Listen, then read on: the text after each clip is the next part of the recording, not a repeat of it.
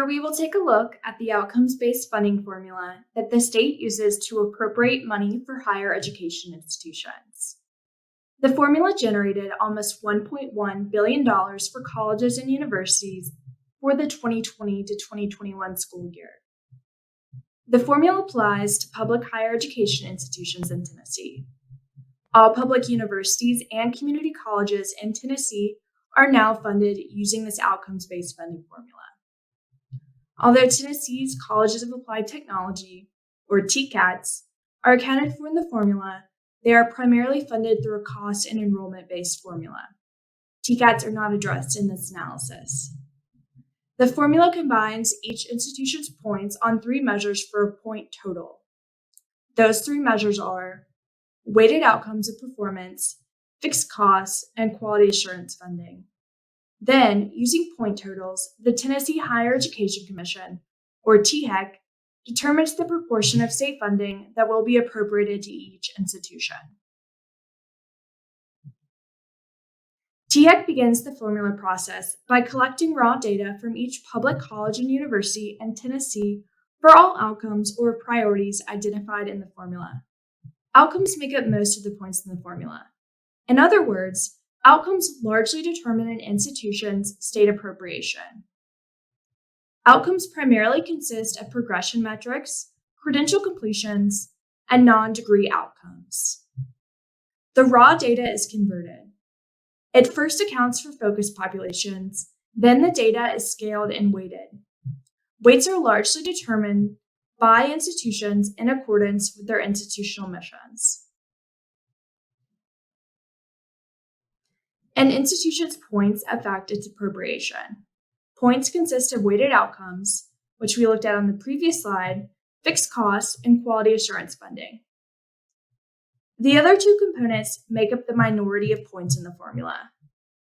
Fixed costs include costs incurred by colleges and universities for maintenance and operations, utilities, equipment replacement, and education and general space. Quality assurance funding provides institutions with an opportunity to receive additional funding on top of their individual appropriation. Institutions can earn points in the quality assurance funding component by meeting quality standards for student learning, engagement, and student access. The three components convert into points, which are then translated into appropriations.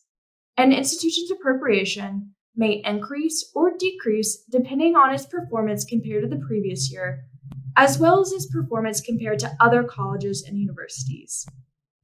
An institution may lose shares of appropriations from the previous year due to poor performance, but still receive a positive net amount of state dollars due to the General Assembly increasing its higher education appropriation.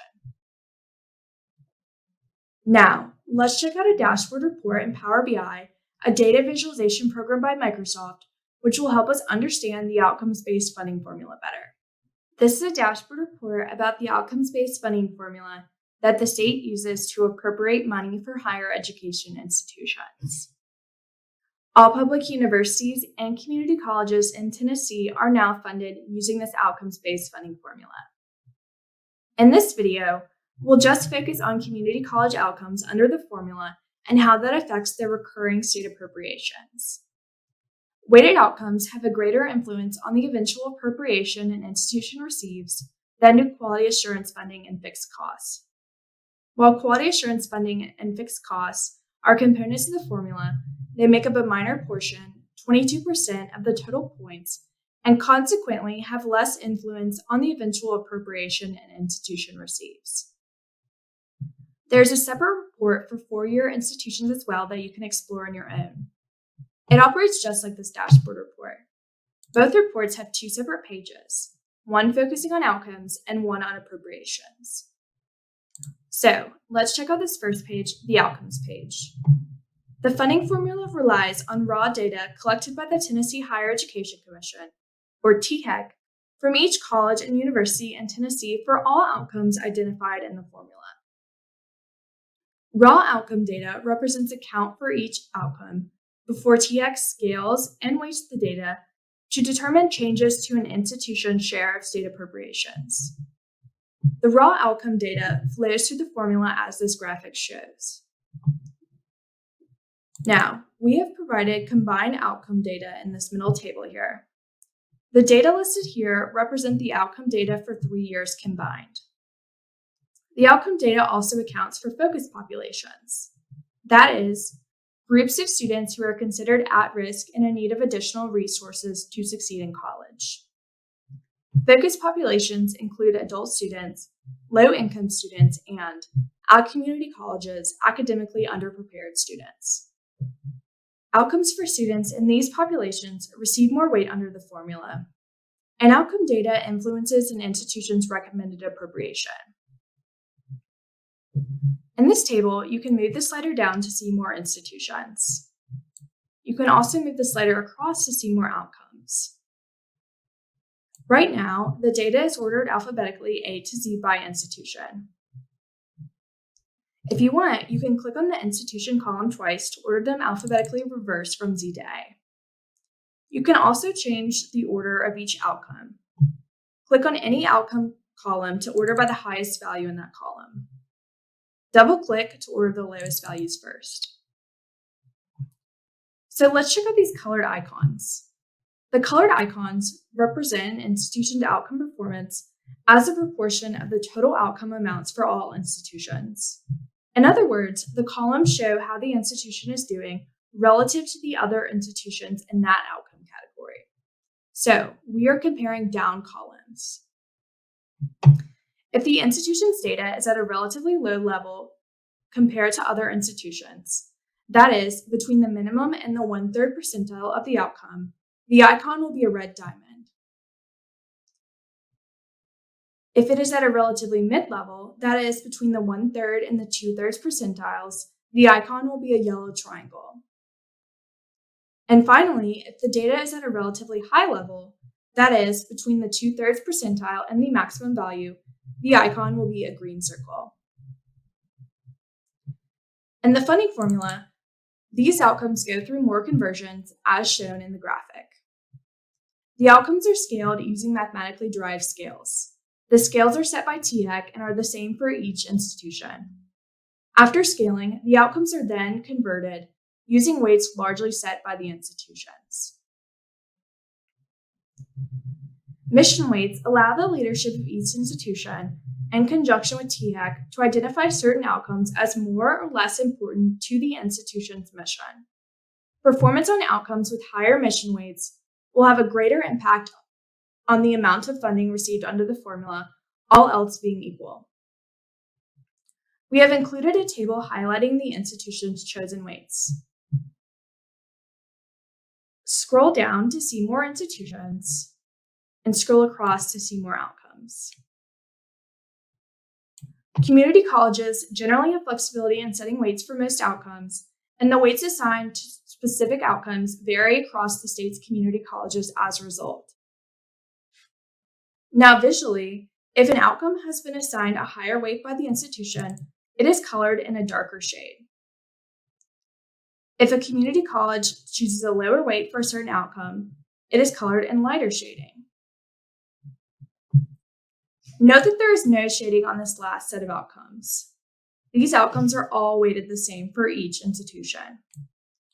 Standardized weights are applied to several outcomes for community colleges to reflect the goals of statewide completion initiatives, including the Drive to 55 and the Complete College Tennessee Act. So why do weights matter for the funding formula? Because weights increase the number of points received for certain outcomes. Institutions that allocate more weight to outcomes on which they perform better than their peers will receive more funding under the formula. This is because the formula allocates funding relative to the performance of other institutions. In other words, the amount of funding an institution receives is based in part on how it performs compared to other institutions.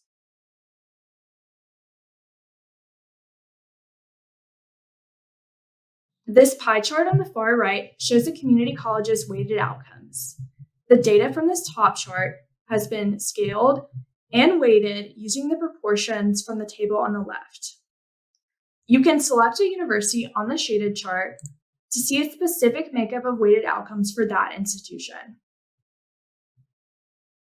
Or you can select an institution from the table with the colored icons to view that institution's outcomes as a proportion of all the weighted outcome amounts. So let's check out Jackson State using the shaded chart. The pie chart shifts to Jackson State's specific outcome makeup. You can really see which outcomes are driving its total outcome points. In addition to weighted outcomes, institutions receive points for quality assurance and fixed costs.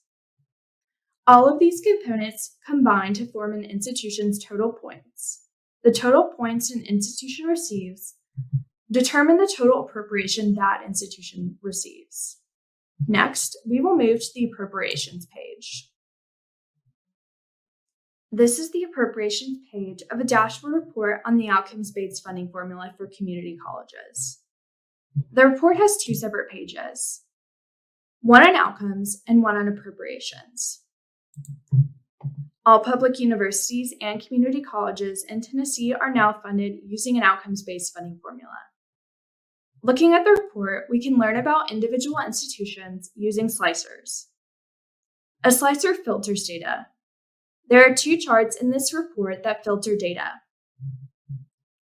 This pie chart on the top left shows appropriations by community college region, while the chart on this bottom left corner shows appropriations by institution using a tree map. In a tree map, the larger the rectangle, the larger that institution's appropriation. We'll explore what slicers do after we've checked out all of the charts. Now, let's start with the largest graph at the top, the one at the top right. This graph shows each community college's recurring appropriations over time from 2016-17 in dark blue to the 2020 to 2021 appropriation in purple. To see the appropriation by year, hover over an institution and then the color that corresponds to that year. This chart is ordered according to the 2020 to 2021 appropriation. Accordingly, since the appropriation for Pellissippi is the largest, it is first.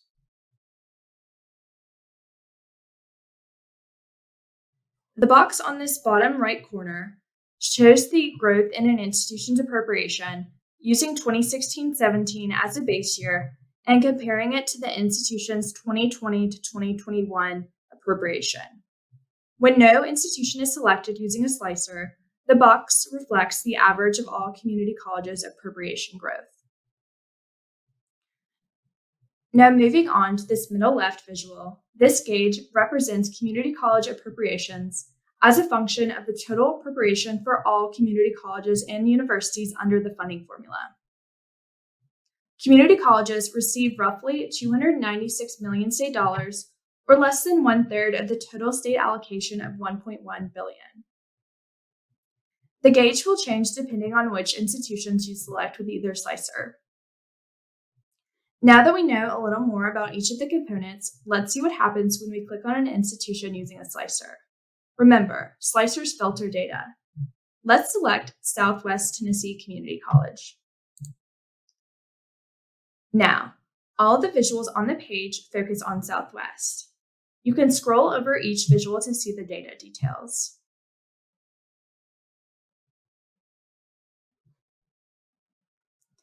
Simply click on Southwest again to return the visuals to normal. As we saw on the previous page, the outcomes-based funding formula converts outcomes into points. The point totals determine each institution's recommendation of appropriation shares.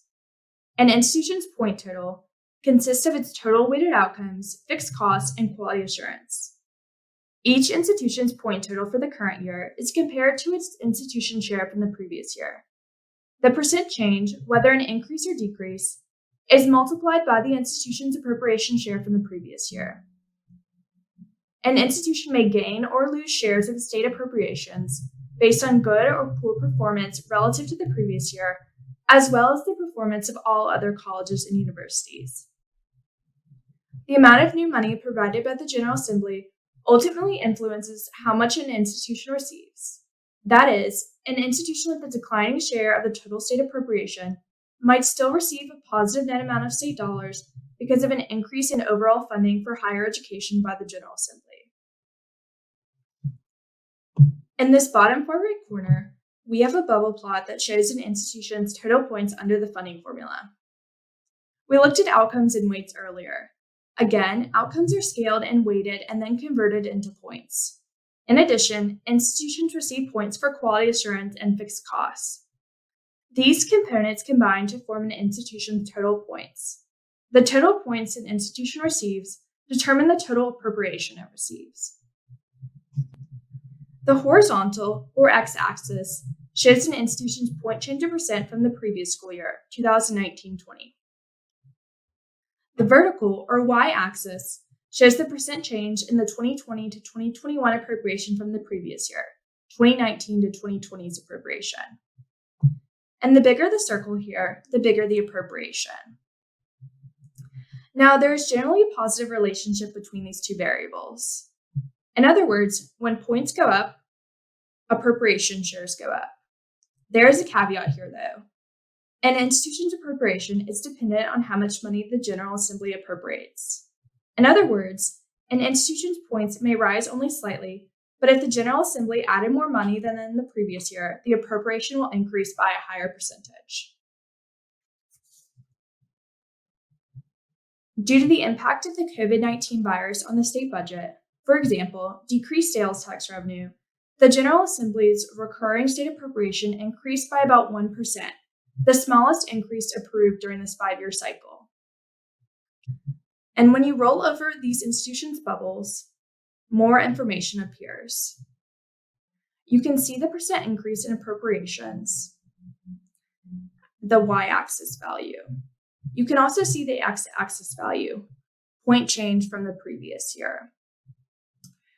Next, the information box shows the 2020 to 2021 appropriation and the total points an institution received for 2020 to 2021.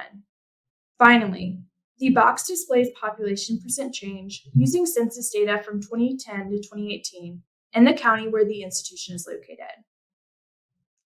Now, one last trick. In any of these visuals, you can hover over the title for more information. You can zoom in or focus on a visual.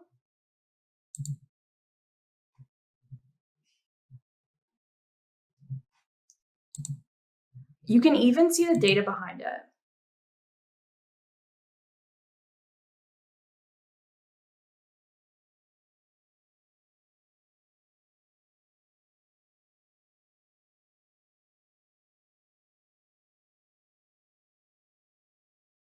Now that you've learned how to work a dashboard report, why don't you try them out for yourself? Again, we have provided a report for both community colleges shown here and for your institutions.